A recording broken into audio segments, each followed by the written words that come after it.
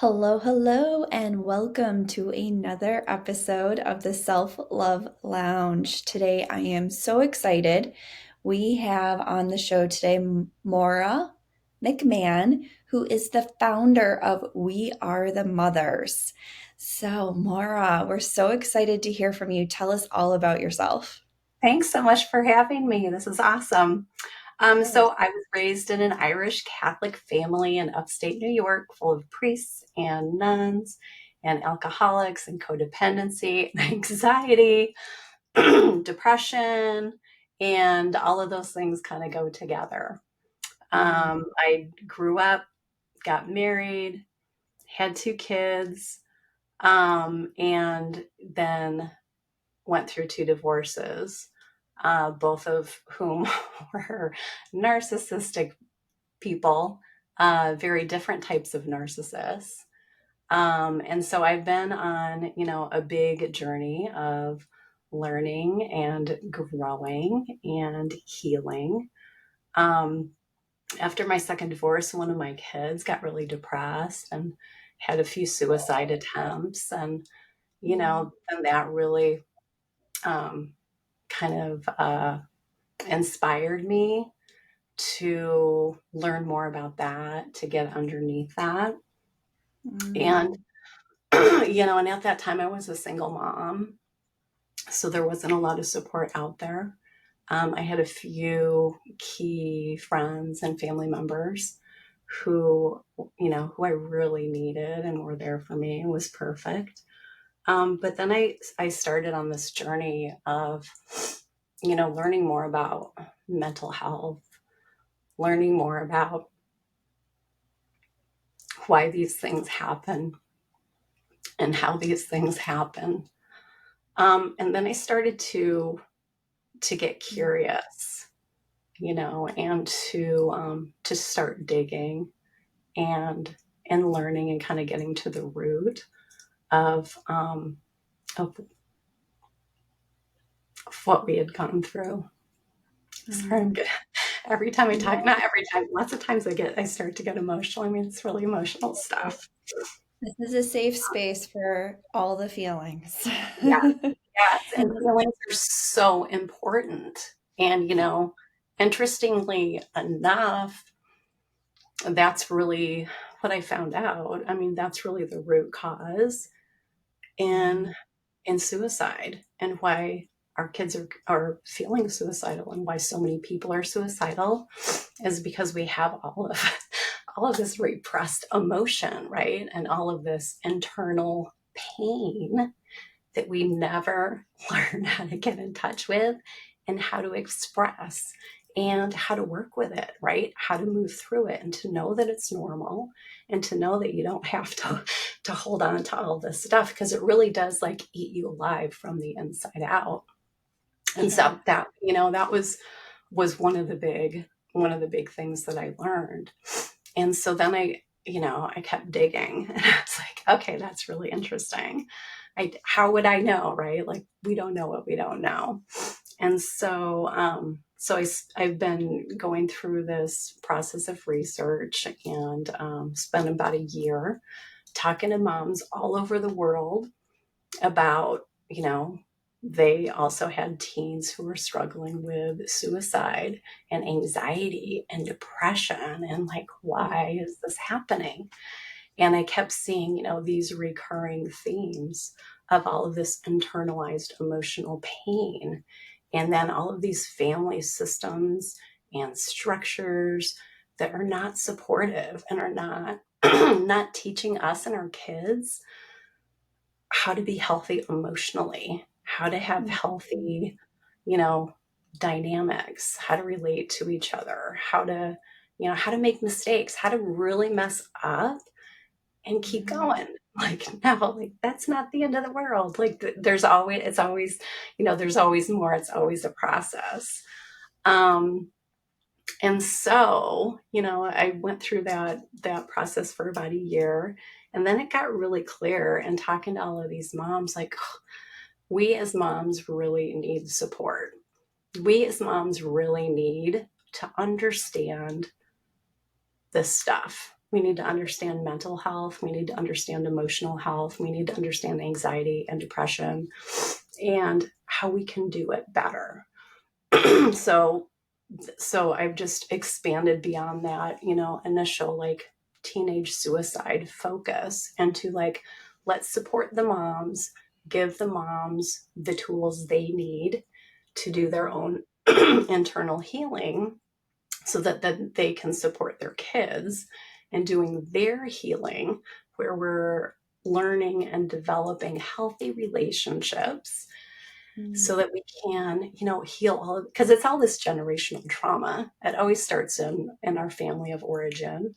And then we have all these societal structures and institutions and, you know, everybody who's reinforcing these unhealthy behaviors.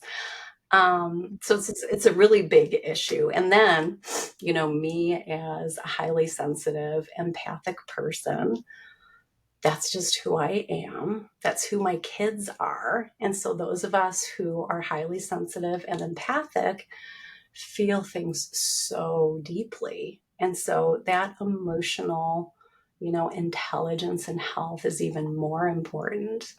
So it really is, quite a process, quite a journey, but something that's just, it's really important for us all to be having these conversations. So Wow. that's a little bit about Yeah. me. Wow. Yeah, I mean, you have been through a lot. You've been through a Hmm. lot.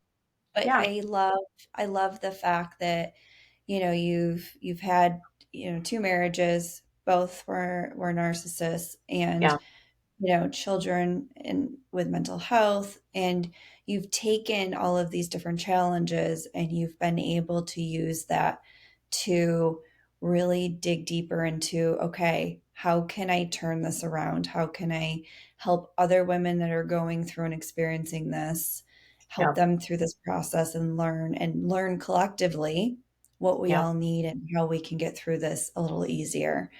So pretty cool. I know listeners are dying to learn a little bit more about the intricacies of those two relationships and maybe even how did you end up marrying two narcissists? Can you share Right. that with How us? how the heck did that happen? Um, Yeah. yeah, and I really, honestly, I struggled with that for a long time, myself, and that's how I learned, right? Because I am Mhm. a firm believer that whatever challenge we are faced with is part of our learning and growing experience. It's there Yeah. to help us, it's not there to punish us. And so that's the first thing I think it's so important to understand, because we're raised in these structures and systems to put us into this victimization place that's very disempowering. And Ooh. once we understand we can flip that story and we can flip that narrative, that's when everything starts to change. So, in my first marriage, I've learned so much on this journey. In my first marriage, we got together. We were young. I grew up in a big farm in upstate New York. I moved out to Seattle to go to art school. And my first husband and I shared a floor in the dormitories. It was a Jesuit school, interestingly, Hmm. um, and and we just he was very different than any of the young men I grew up with. He had long hair, he had a pierced ear, he had a tarantula in his room. I was just like, who is this person? Right? I was just like, and it was interesting because we were best friends. Like, we got to know Mm. each other, we dated, we lived together. We were together probably 4 years, 4.5 years before we got married. Then we got married, had our first kid. Then things started to get dicey. He also happened to be in politics, Mm. which is a very toxic environment. Mm. And we, after I had my second child, we moved to Washington, D.C. He had a position with a US Senator from our state, and he really got sucked in to the dark side. Mm. And I feel like I really lost him there.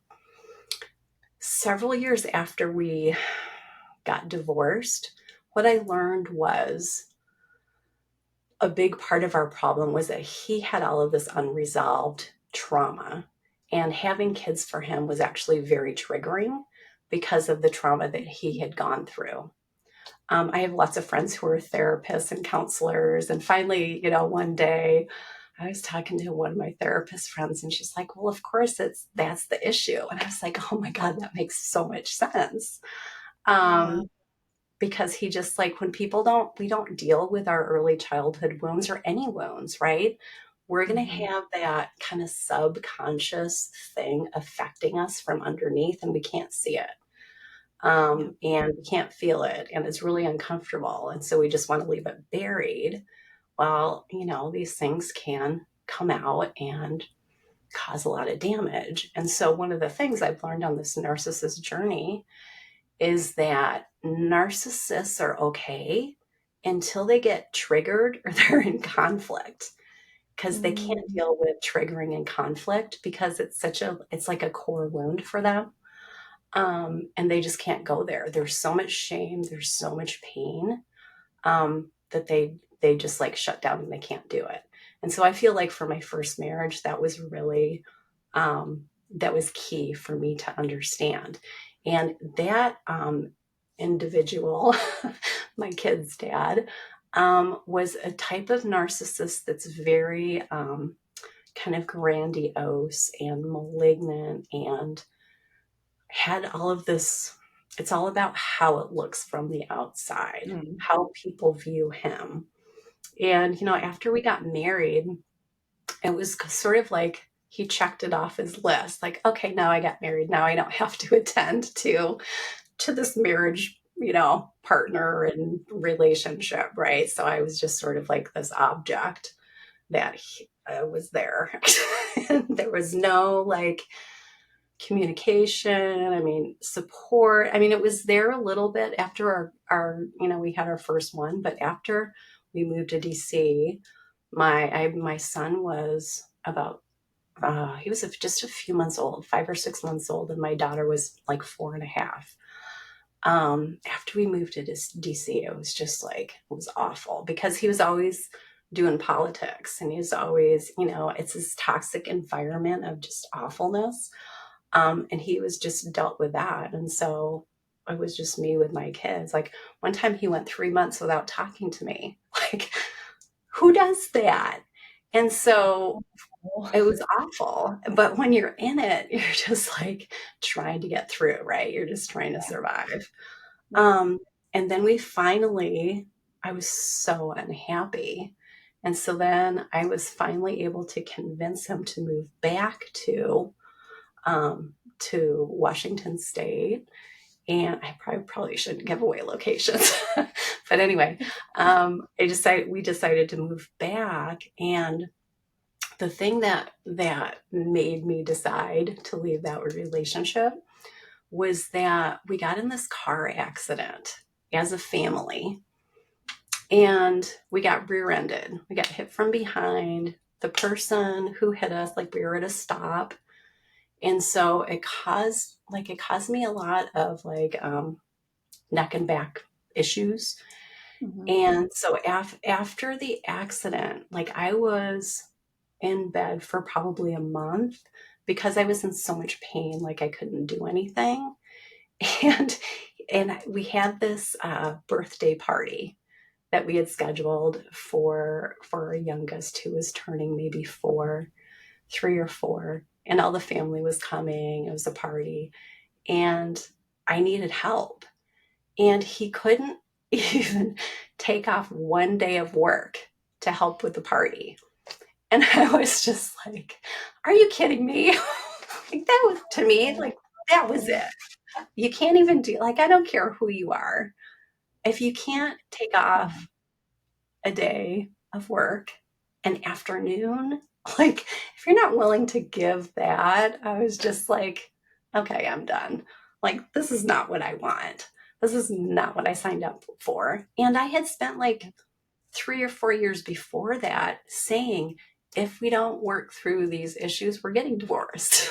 I was Yep. just like, I gave lots of opportunities, but that's what we learn, right? Like, we can't do the work for the other person. The other person Oh, has do to I know? decide to do it for themselves. And I was like, Yes, okay, I'm done with this. It was awful. Like, no, divorce is so painful. it is. It's hard on everybody.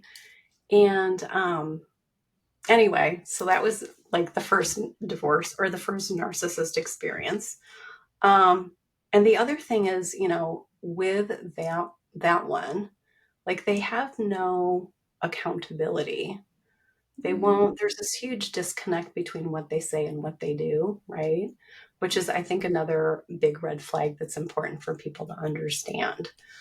Um, anyway, so that was kind of part of that, some more like grandiose, malignant narcissist. Don't do what what is that saying? Like, do what I say, not what I what I do. do. Right? It Yep. was that kind of a thing. And for him, it was all about appearances. And he's just wrapped up in all this like power and greed and appearances and superficial everything. And just like, Meanwhile, not. his family is like crumbling. Yeah, like, we're just checked off, like, okay, here's my family over here, and now I'm spending, 99.9% of my time in this political arena. And, even when he was home, he would be on Yeah. the phone all the time, constantly. Like, we never had a conversation when he was home because he was just never available. Yeah. So, He would you get know, breadcrumbs. yeah, exactly. Totally breadcrumbed here and there. It was awful. Anyway, but I was in that marriage for 12 years. I think we were together like 17 years altogether. Wow. And it was just so interesting because we started out as like best friends.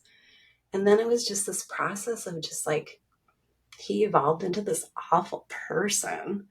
And, and even like today, this last Christmas, my kids now are in their late 20s. And my son, the youngest, this year put up a very firm boundary with his dad because his dad, had promised to do some things, didn't do Hmm. the things. Hmm. And my son was just like, I'm done. I'm not. And Hmm. so for him, like, his dad always does this like huge Christmas thing to like, I'm a cook and I'm gonna, impress Hmm. everybody. And he does this thing every year and everybody comes and it's so wonderful. My son's like, no, I'm not going. I'm not talking to you. I'm not doing the whole thing. And, you know, Wow. it That was causes, big. yeah, it's like, this is what happens when we support our kids. When we do our work, we support our kids in doing their work. Like, we can break these awful relationships.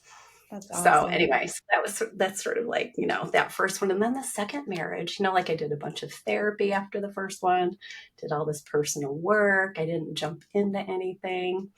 And then maybe like 3.5 years later, 4 years later, did my second marriage.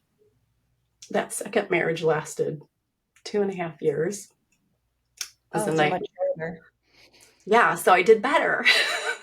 I did better, right? Like, it was Learned shorter quicker. timeline. But he was I didn't know he was a narcissist, right? Because I just had the first husband. I was like, this is what a narcissist is. That was like what I had understood. And then this went through the second marriage, and it was just it was a train wreck. Like, he had two kids. The two kids, one of them was a micro preemie. He had he had OCD, ODD, anxiety, depression. He's a sociopath. He was just a wreck. And then his older one had had ALS twice, bone marrow transplants twice, which killed all the gray matter in her brain, so Oh, she couldn't process. And so his whole identity was built around being a victim of his children's health challenges. And yeah. so what I learned was And this type of narcissist, this is called a covert or fragile narcissist, right? Yep. Where their whole manipulation tactic is around being a victim. And so then everything that they experience is supporting them being a victim. And so they always need to be taken care of. They always need stuff because they're the victim. They can't, again, like do that equal give and take because it's just not in their bandwidth. And so with him, I found out after around the time we were getting divorced, the kind of final line for me was I found out he was a sex addict, he was a drug addict, he was probably bipolar, but he was in complete denial, so he wasn't treated. And Oh no. he had like a complete mental breakdown. And I was just like, what? It was crazy. And but it was clear, and it's so funny how we remember things. I remember like I was watching this Martha Stewart Halloween special, and then he comes in and he starts talking to me about how he's attracted to his, like, I don't know, his workmate who's like 25, and we're in our 40s, right? And I'm like, what? I Yeah. felt like I got hit over the head with a brick because, like, all of a sudden it dawned on me. And I was like, why is he talking? Because I had been like doing all these things to support his kids, like taking time out of my work and my business, bringing the kids to therapy, doing, Oh just like being the supportive person that I wanted. And no. then he comes and tells me that he's like, attracted to his like workmate who's 25. I'm like, what? And I had also like done all this stuff to help him in his business too, right? Like was an active participant in his entrepreneurial ventures. Like he had this whole business built around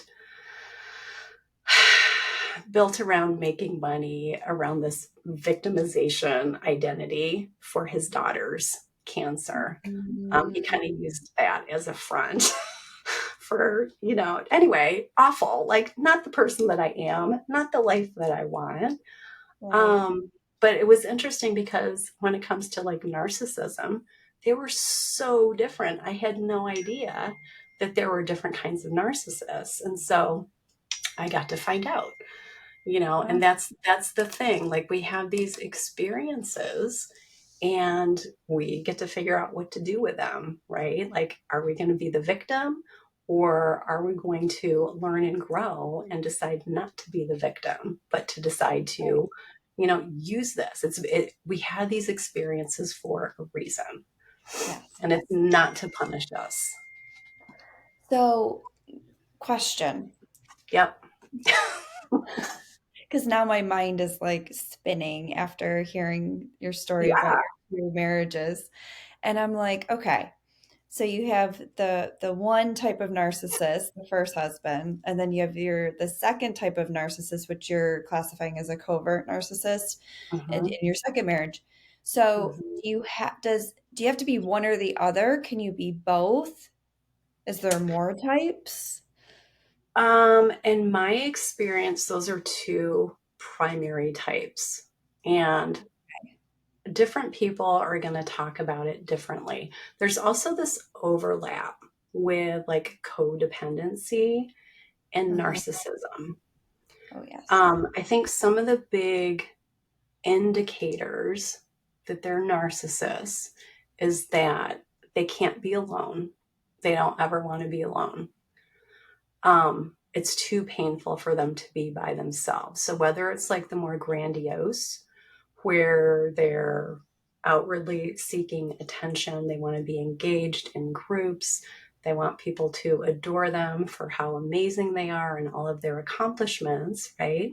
Mm. And then with the more covert, fragile, they're a lot more secretive. They're a lot more like they can show up as the person who supports everybody else so that they can be admired for how selfless they are. So it's Oh. very different, right? And then where the the codependency comes in is, all of these teachings around, you're responsible for how I feel. So if you're not doing what I want you to do that's making me feel bad, it's your fault, right? And so that when we can recognize that, and then we can flip it back to everybody gets to own their own emotions. It's very empowering, but it's something that you have to learn on the way. So I would, all of this stuff is, there are threads of it Yeah. interwoven in between all of these different things. And so everyone's going to be having different experiences. I think you want to look for the common threads, and you want to always come back to like how it makes you feel, because you're not imagining it, and it's real. And so where the narcissists get their power is by making us doubt ourselves, doubt our feelings, doubt our intuitions, doubt what we know, right? They sort of like want to overtake our identity. And then when we're raised in these family structures where we've never even understood how to create our own identity, maybe we didn't have a strong identity going into the relationship, then we lose it even more because it gets chipped away, right, through that narcissistic entanglement. Um, so it's a really, yeah, it's a challenging Mm. cycle. Do you think narcissism is it's genetic?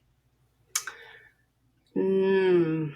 So I think that through all the stuff that the research that I've been doing, trauma, anxiety, depression, mental health stuff, that's Mm-hmm. genetic. So we hold genetic markers for that already. But what I think is even more powerful than that is being raised in dysfunctional family systems where, nobody has healthy emotions, nobody has healthy boundaries. You're not supposed to have a sense of self because you're just supposed to do what you're supposed to, right? Fall in line, do the thing to make everybody happy. We don't care about what you need, right? Or who you are. Just like do the thing to make our life more easy, right? Yeah. And so we grow up in these traumatic childhood experiences, and then don't get the tools for how to heal and grow and learn and have healthy emotions. Mm-hmm. And that's where I feel like, you know, so much of this comes from, is that because empaths, highly sensitive people, and narcissists also tend to be highly sensitive and empathic, but we deal with it differently. Narcissists can't claim it, they can't own it because it's too painful. So instead, they're doing everything that they can to protect themselves, I which see. means everything is everybody else's fault. Nothing's my fault. Because in order Mm. to take responsibility for stuff, like, you have to be vulnerable and you have to be strong to be able to do that, right? That's right. Yes. And not everybody can do that. It's so much easier to blame it on everybody else, right? Then you don't have to do the work because you're fine. That's You're one way fine to and do it. everything, I right? guess you can But live with that, but yeah. And so then with highly sensitive empathic people, like, we just want love and light and peace and healing, and we love to give and we love to support people, and we have that like higher vision, that higher connection already internalized within us. Yet, mhm. in these dynamic relationships, this give and take, it really is an opportunity for empaths, highly sensitive people, to take their power back. It's like you have to learn how to fight for what you need. Mhm. And people, like, they don't teach you that. They No, teach you they do to not. follow in line, be part of the system, make my life easier. right? Yes. So it's really this like opportunity to understand what's going on and to have that, like, you have to come into the sense of mindfulness. Why am I not happy? Why is my life so messed up? Why is my kid suicidal? Right? Like, all of Yeah. these things happen, and then you get to decide. So you have to be aware, have the awareness, then get curious. What can I do about this? Why is this happening? Is there something that I can do?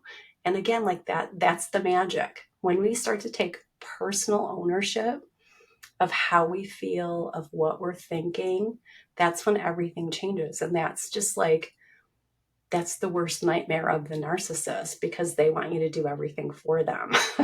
But when you're like, no, this is my line, I'm not doing that for you, and you can flip it, right? You look through that lens of, would I say to them what they're saying to me? No. Would I do to them what they're doing to me? No. And so then you can start to like get that inner awareness that something's not right, because you again, you have to have that sort of like internal dialogue. Mm. Do you think narcissists are capable of loving someone else? Yes, I think that, that's a complicated question. They absolutely are. And in doing this work, I think it's really important not to dehumanize people, Hmm. um, because then you objectify them.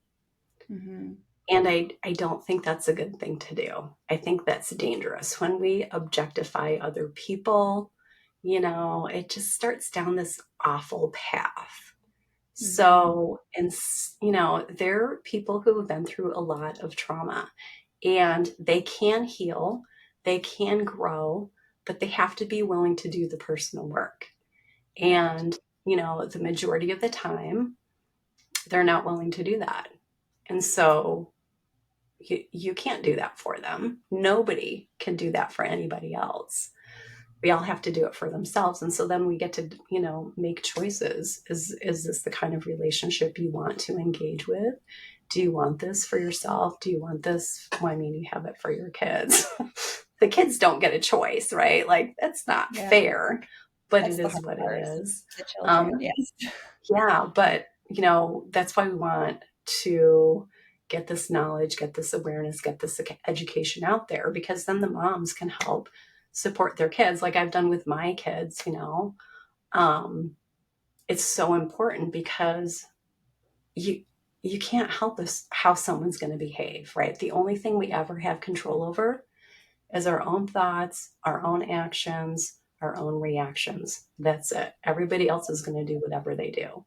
So the more 100%. we can coach our kids in understanding these dynamics, then we're providing them with life skills, because they're already going to be more vulnerable to this, because it's in their DNA. They've had personal family experiences of this, and they're going to be more susceptible. But so then you have to go beyond that, emotional intelligence, boundaries. You matter, you're unique. That's good, right? So then we're supporting them in dealing with their other parent who is not emotionally aware, not supportive, not nurturing, and I think it's harder for them to not have the tools than to have the tools to do the work. And it's not like, I don't think you necessarily Mhm. want to tell your Yeah. kids like your parents are narcissists. It's Mm. more like the behaviors that are associated with it. Cause, in the end, like, they're just words, they're just labels. It's more about what's the experience that they're having. And then how do they how do they deal with that experience to protect themselves, to be happy? Yeah. So help us understand, and thank you for that. That was really beautiful. Help us understand a little bit about well, first, what is a trauma bond and how is that correlated with narcissism? Or is it not? I don't know. Yeah, so it definitely is. Oh, you're cutting out. Are you still there? I'm here. Okay. You cut out and like your video was doing some weird stuff. Um, yeah, so when it comes to trauma bonding, I mean, it goes back to that early childhood experiences where our emotions were not supported. We were not encouraged to, or there weren't safe spaces for us in our homes to express our emotions or to know what emotions were. We didn't have our parents did not model healthy emotional behavior. That goes back to all of that, like the dysfunction and the anxiety and the mental health and the alcoholism, whatever else, all these unhealthy behaviors, right? So it comes from an early childhood place.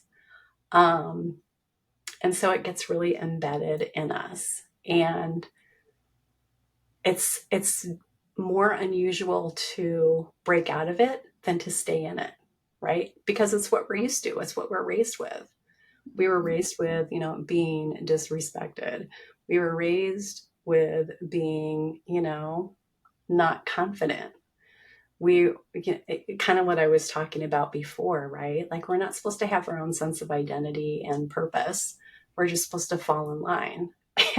And so, so all of the trauma bonding starts there where it goes to a very like base place, right? Within us. And it's like the foundation of how we were raised. So it's our normal. So we don't necessarily know because we got so used to like being conditioned, like, okay, this is how it is.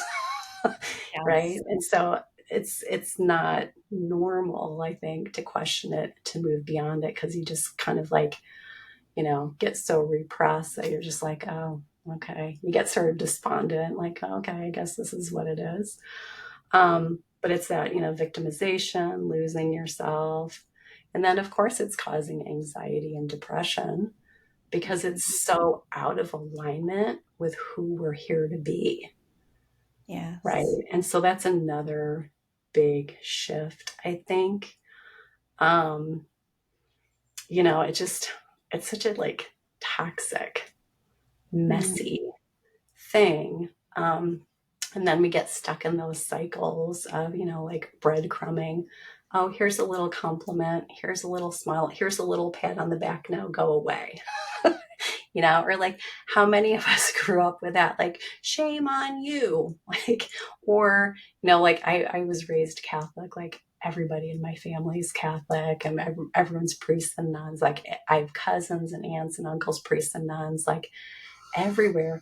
And the Catholics have to be like some of the worst teaching religions for creating trauma bonds, because we are we are raised with the belief of original sin. Just because you're born, you're bad and you're evil.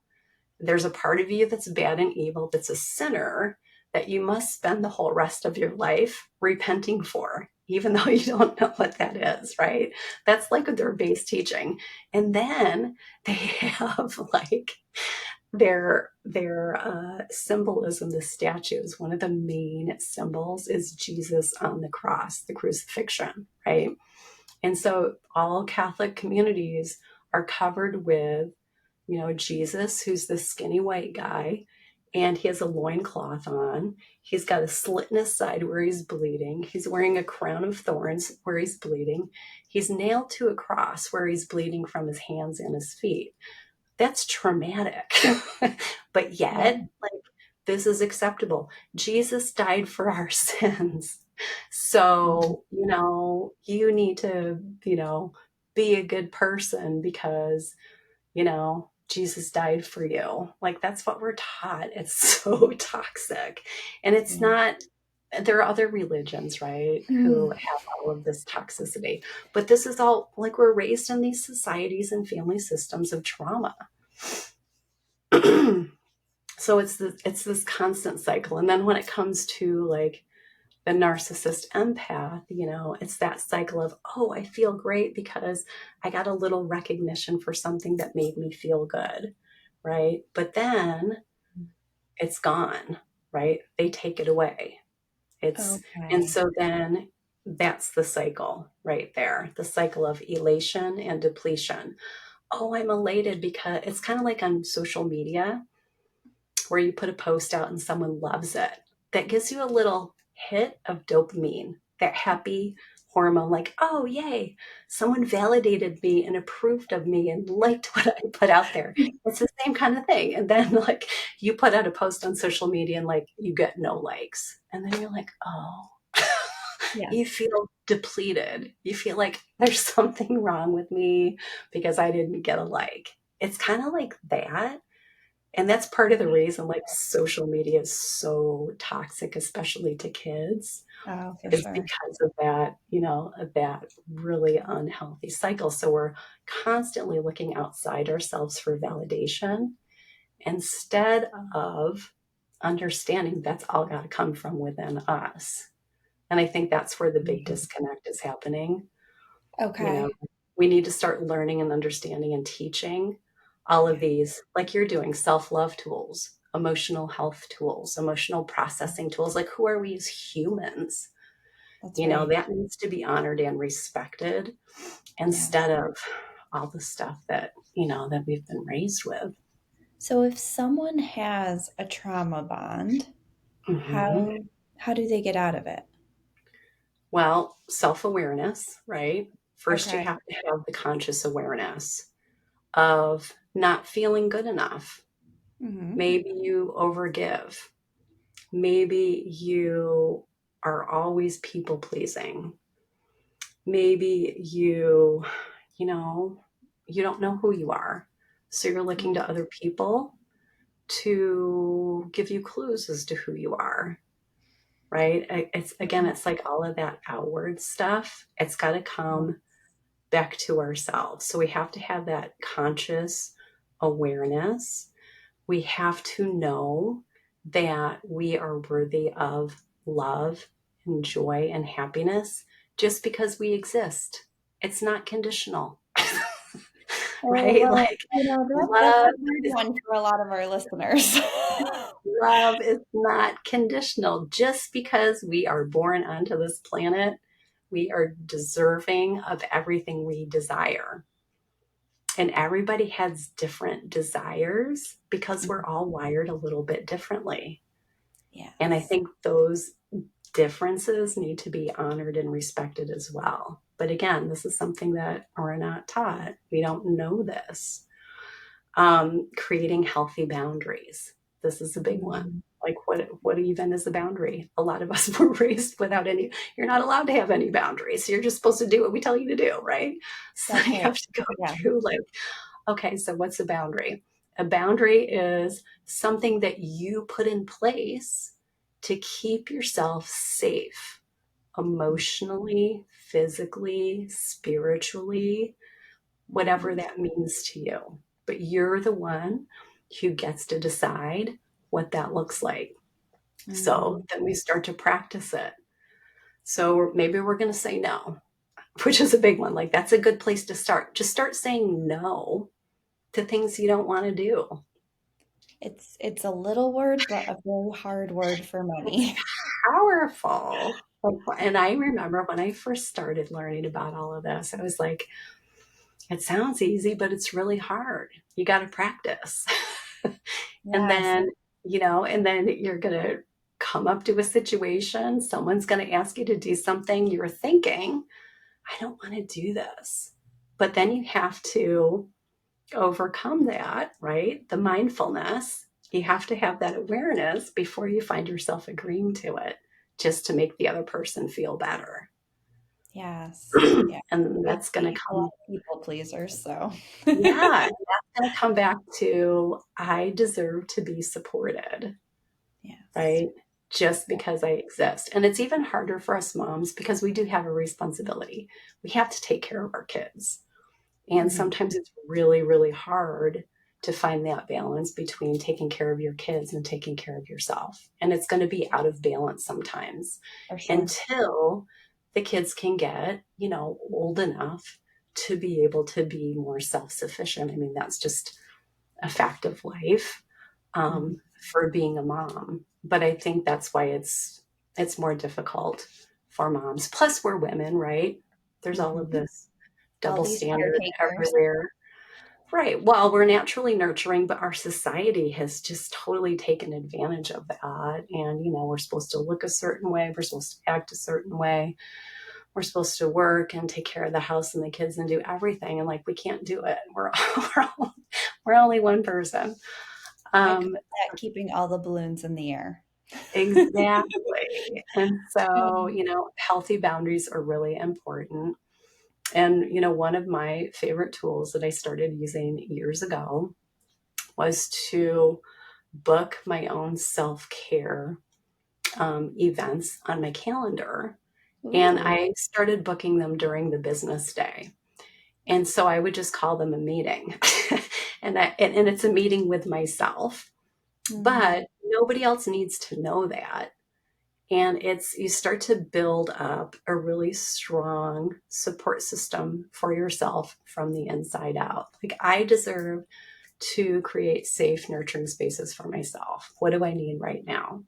And then, schedule a massage on a Tuesday afternoon at 1 o'clock or whatever. Other people are going to come up with other requests of you. You're like, no, I've got a meeting at 1 o'clock. Sorry, can't make it. And they're Yeah. like, okay.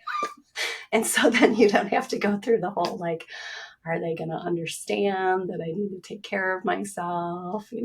It's like really having to be Just gonna say. proactive for yourself and not like people don't need to know what you're doing all the time. Like, it's up to you to take care of yourself without having to justify that to anybody.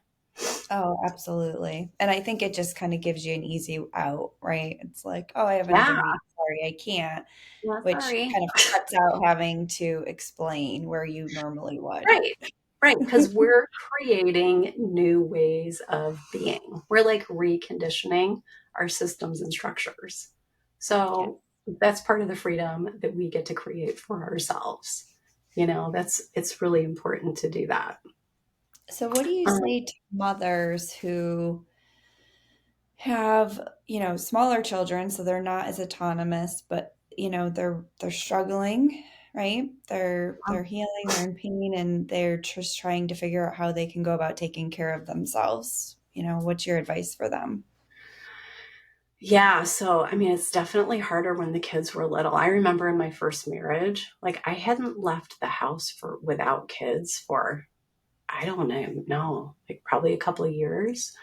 And my mother-in-law came to visit and she's like, "What? Just, I've got the kids, just run out." And I was stunned because like I hadn't had that for years.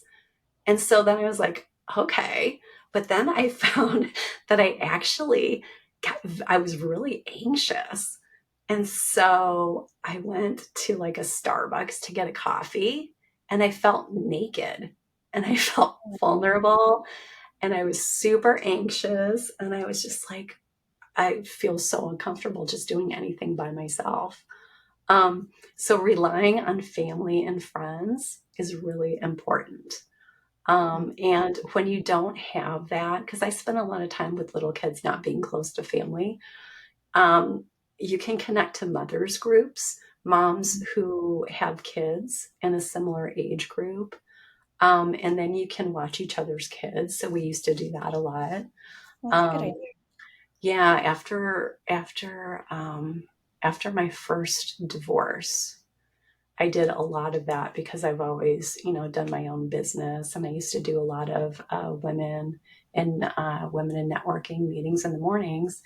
And you can't be in two places at once, and so you develop, relationships with other moms, and you help each other out. Like, even if it's not work, even if it's for like these self care dates, like to watch each other's kids, to give each other a little break is huge. Oh, for sure. Yeah, so it's Absolutely. building more community around that for people that are going through similar things is very powerful, and it works really well. And Oh, I'm that's trying to think other like self-care stuff for moms with little kids. Routine is huge. mhm. Um, and my family too, like everyone struggles with anxiety and depression. And uh, a tool that's really helpful for anxiety is just to have a regular routine so everybody knows what to expect. So it's very Mhm. comforting for everybody, developing a routine that works for you because you're the mom. Yeah. You got to lead, and Yeah. you have Yeah. to lead Yeah. in a way where you're not completely depleted and overgiving.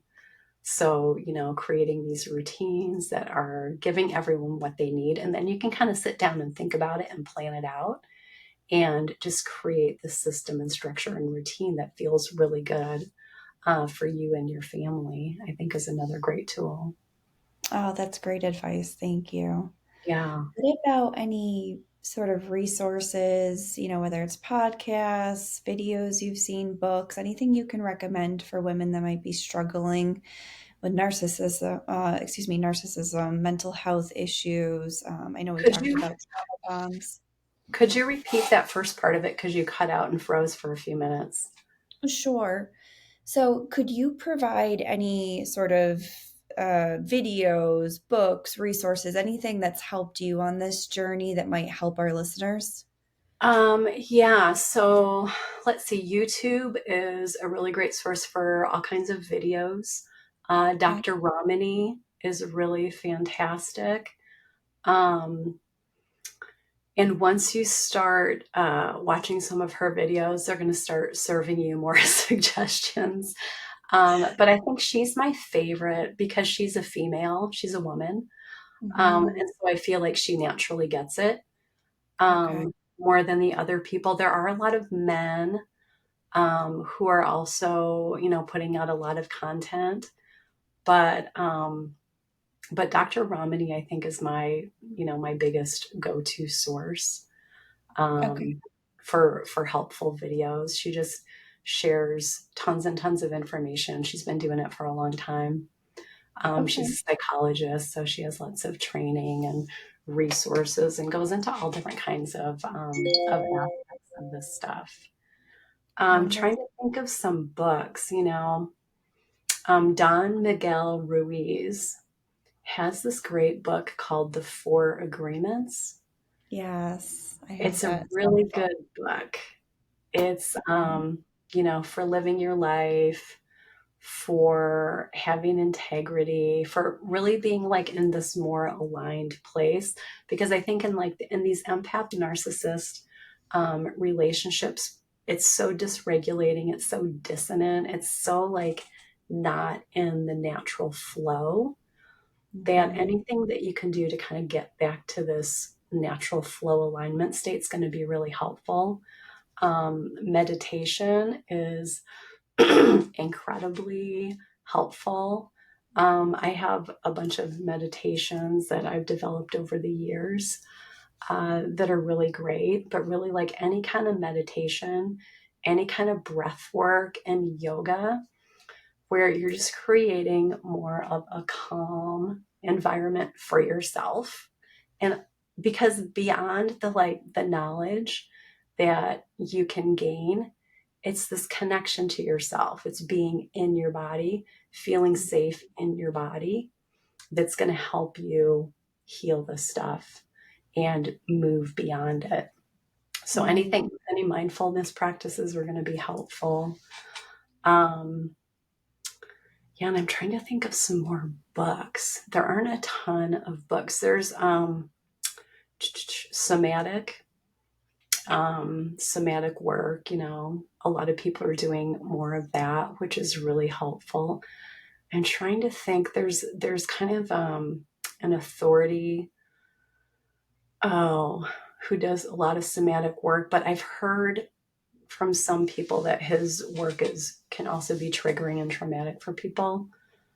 So I'm not going to mention that one, but there are some resources out there. There aren't a lot of great ones. I think a lot of there are more coming out all the time. I think a lot of people in the field um, consider it a personality disorder. And because of that, maybe haven't given it as much attention as it Mhm. deserves. But I think that's starting to change. Yeah, I Um, hope so. Yeah, I think it's definitely an evolution. I think because of, I don't want to. go down the political road, but because No, we you won't. know, because of like I feel like, gaslighting is Yeah. huge. Yeah. And there's a lot of ugliness and toxicity coming out through politics. Yes. Um, so I think that that's really good because, again, it's all about like bringing all this secretive, dark, toxic stuff that people don't like to talk about, but that's a really big problem in people's lives. We got to bring it up to the light and give it attention and get it out there so I that we can absolutely feel agree. it, right? Like we don't want to keep living in these toxic pools. No, no, I definitely agree. So, how can people find you? Yeah, so I am continuing on my research. I am looking to do brief interviews with highly sensitive, empathic single moms who are going through a divorce or who have recently been through a divorce with a narcissist and are working on healing and recovering from that. So they could go to my website. It's called wearethemothers.com and book a call with me there. I'm going to be, I've been working on developing that business over the last few years and I'm getting closer. So, yeah, any Wonderful. moms out there who want to share their story, I'd love to listen. It'd be really important for the research that I'm doing. Awesome. I will put a link to that in the show notes for everybody so you can Thank go in you. and check that out, as well as some resources you provided as well. I'll make sure to put those in the show notes as well. Yeah. But this has just been amazing, and I thank you so much for coming on and sharing your journey and all this information. I know it's going to help so many. So thank Yeah. you. Thank you so much. And thank you so much for all the work that you're doing. I love it. Thank you. Likewise. Yeah. Likewise. Fantastic. All right. Take care. And everyone, I will see you again next week. Again, we have Maura McMahon on, and she has just shared a ton on narcissism and trauma bonds, as well as mental health. Certainly, huge issues that we all need to be aware of and definitely pay more attention to. I will link to all of her work in the show notes. Please take a look and follow. And for any questions or anything else you need, feel free to reach out. Thank you so much. I love you all to the moon and back and look forward to next week.